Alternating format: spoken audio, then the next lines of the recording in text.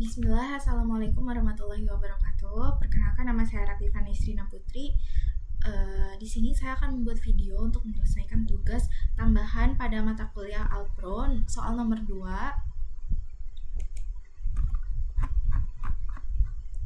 Yang dimana di sini kita akan menginputkan sebuah nilai,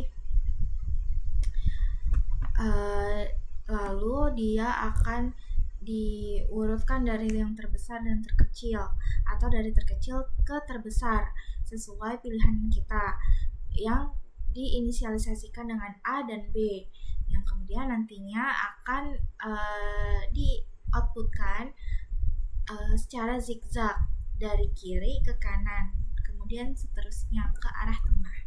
Nah, sebelum kita membuat sebuah program, biasa kita membuat sebuah algoritma deskriptif dan juga pseudocode beserta flowchart-nya.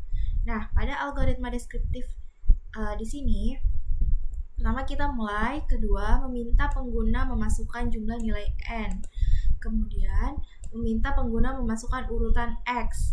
Nah, di sini pilihannya adalah A dan B. Untuk A itu diurutkan dari terkecil dan untuk B itu diurutkan dari terbesar. Nah, kemudian meminta pengguna memasukkan n bilangan.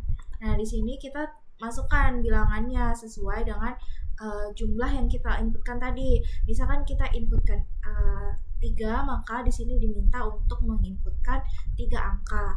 Kemudian kita di sini akan mengurutkan bilangan sesuai urutan yang diinginkan pada X.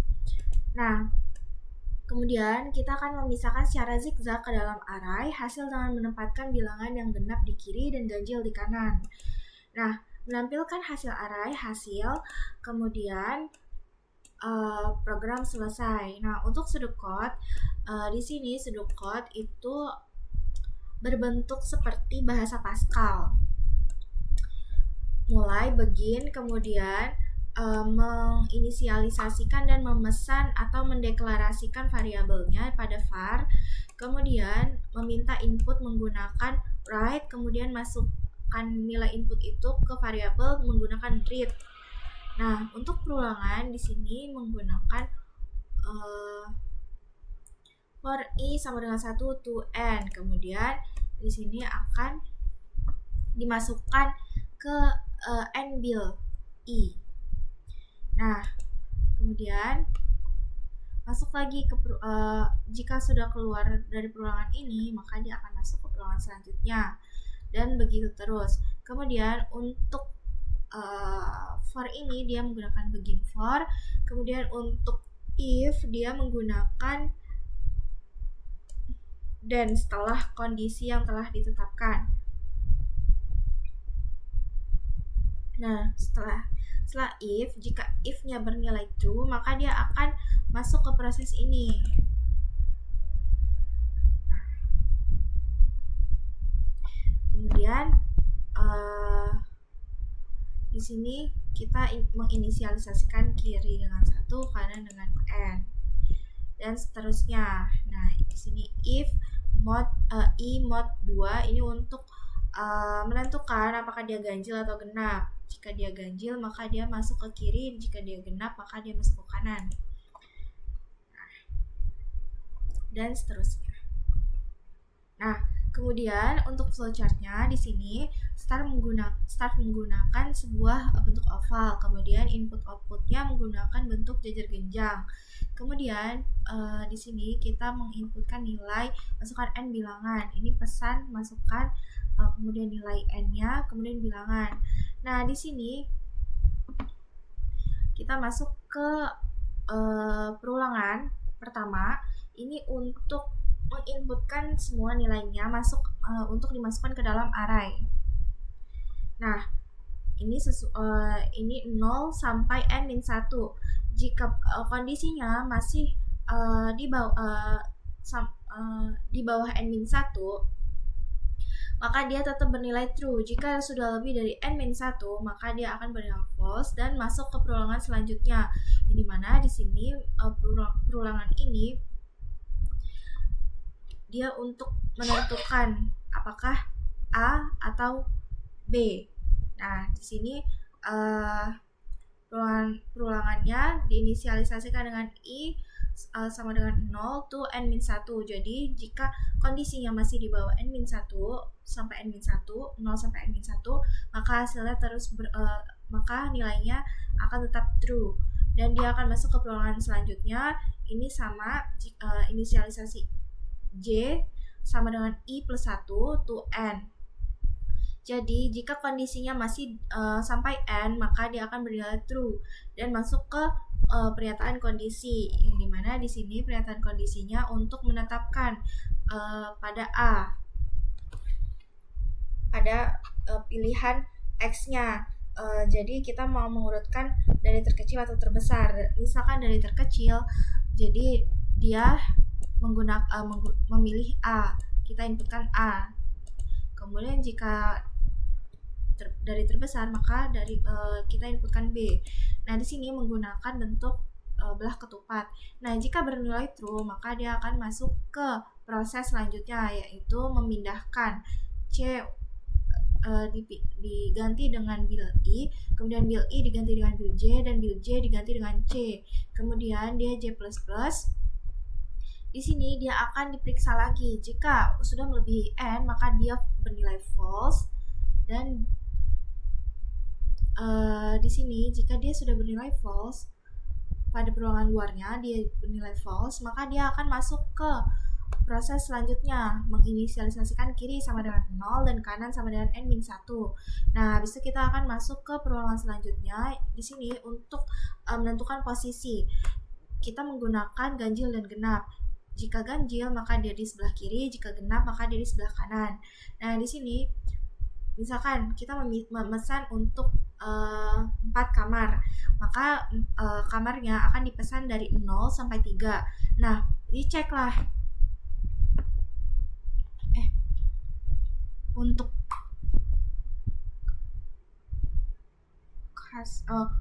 jika benar dia berada di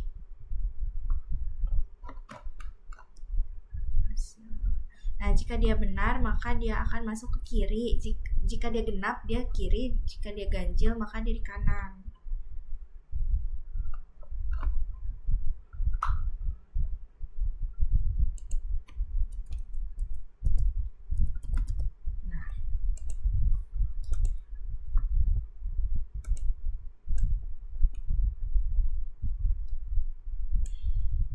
Nah, di sini misalkan kita untuk kamar pertama itu nomor kamarnya kan 0. Nah, 0 ini dicek apakah 0 adalah bilangan genap. Jika iya, maka dia ditaruh di sebelah kiri. Jika dia kemudian selanjutnya untuk kamar selanjutnya itu kamar 2 itu nomornya nomor 1. Nah, dia apakah dia genap? Tidak. Maka dia masuk ke sebelah kanan dan seterusnya. Kemudian perubahan I++. Nah, jika sudah melebihi n-1, maka dia akan bernilai false dan akan mencetak hasilnya. Nah, kemudian setelah mencetak hasilnya, maka dia akan masuk ke perulangan selanjutnya. Di sini for I.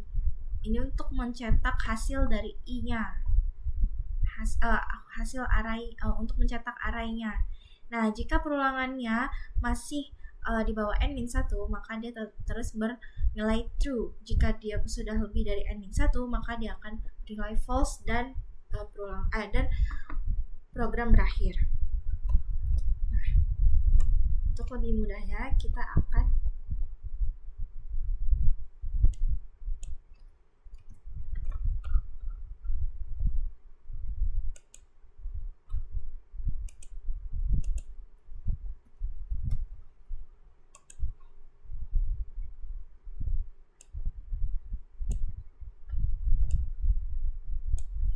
misalkan kita 2 masukkan 4 bilangan 3, 4, 2, 1. Nah, salah. Kedua sih 4 A 2, 4, 6, 7. Nah, di sini kita memilih A, berarti dari terkecil ke terbesar. Nah, di sini 2, 3, 5, 7. Nah, karena dari A, maka dia dari terkecil ke terbesar. Nah, di sini diurutkan pada kamar 1 yang bernomor 0, apakah 0 genap? Ya, berarti kamar nomor 1, kamar nomor 0, kamar 1 nomor 0, di sini dia bernilai genap, maka dia taruh di kiri. Jika dia bernilai kemudian selanjutnya pada kamar nomor 1, pada kamar 2 nomor 1, apakah 1 adalah sebuah bilangan ganjil, sebuah bilangan genap?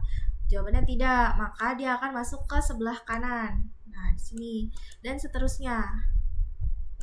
Nah, untuk penjelasan programnya di sini include IOStream untuk pustaka IOStream, penggunaan input dan output CIN, CIAN dan inline. Kemudian using namespace std untuk mengimpor sebuah namespace std, namespace standar agar tidak menuliskan std berulang kali. Kemudian in main ini fungsi utama, kemudian memesan n, i, j, kemudian array untuk n bilangan dan array untuk hasil ini c kiri kanan, ini bentuk tipe integer. Kemudian memesan x untuk char. Kenapa kita memakai char? Karena di sini kita akan memakai huruf abjad.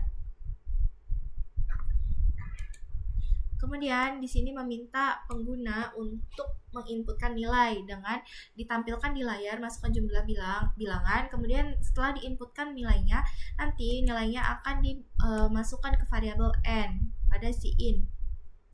Kemudian sama seperti tadi, untuk meminta input x, maka dia akan menggunakan cout untuk menampilkan pesannya dan menyimpan nilainya ke variabel x menggunakan CIN. Kemudian cout di sini untuk menunjukkan pesan bahwa masukkan n ini nilai input yang telah kita inputkan tadi. Kemudian pesan bilangan, kemudian nline untuk baris baru. Nah, di sini untuk memasukkan bilangan. Nah, di sini masukkan misalkan n-nya 4 kita masukkan tadi, maka di sini ditunjukkan 4 bilangan. Nah, kita memasukkan 4 kali bilangan. Nah, ini kondisinya nih. Nah, di sini kan inisialisasi i sama dengan 0. Nah, kondisinya i kurang dari 0. Nah, i kurang dari n. Nah, 4 kan, dari 0 sampai 3. 0, 1, 2, 3, 4. 0, 1, 2, 3. Nah, di situ ada 4 bilangan yang akan diinputkan. Nah, perubahannya adalah i++. Kemudian CIN, ini nanti nilai-nilai yang telah kita inputkan di sini 4 kali akan disimpan pada array nbil. Nah, ini, maka ini disimpan. Kemudian masuk ke perulangan di sini. Perulangan ini untuk memastikan posisi dan urutan. Nah, di sini for perulangan pertama i sama dengan 0 inisialisasi, kemudian n-1.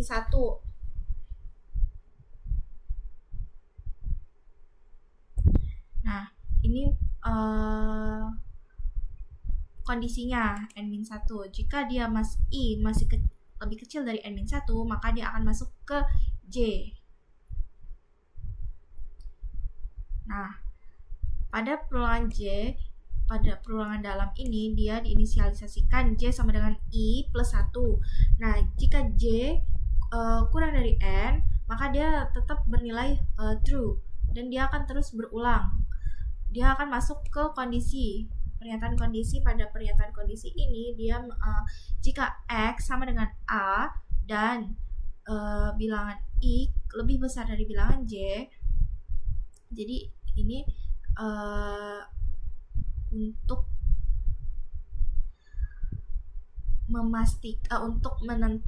menentukan urutan A itu dari terkecil, B itu dari terbesar. Nah, atau X sama dengan B. Nah, dia ini di sini bil I lebih kecil dari bil J. Kemudian dia masuk ke proses. memindahkan nilai C ini untuk variabel tambahan. Nah,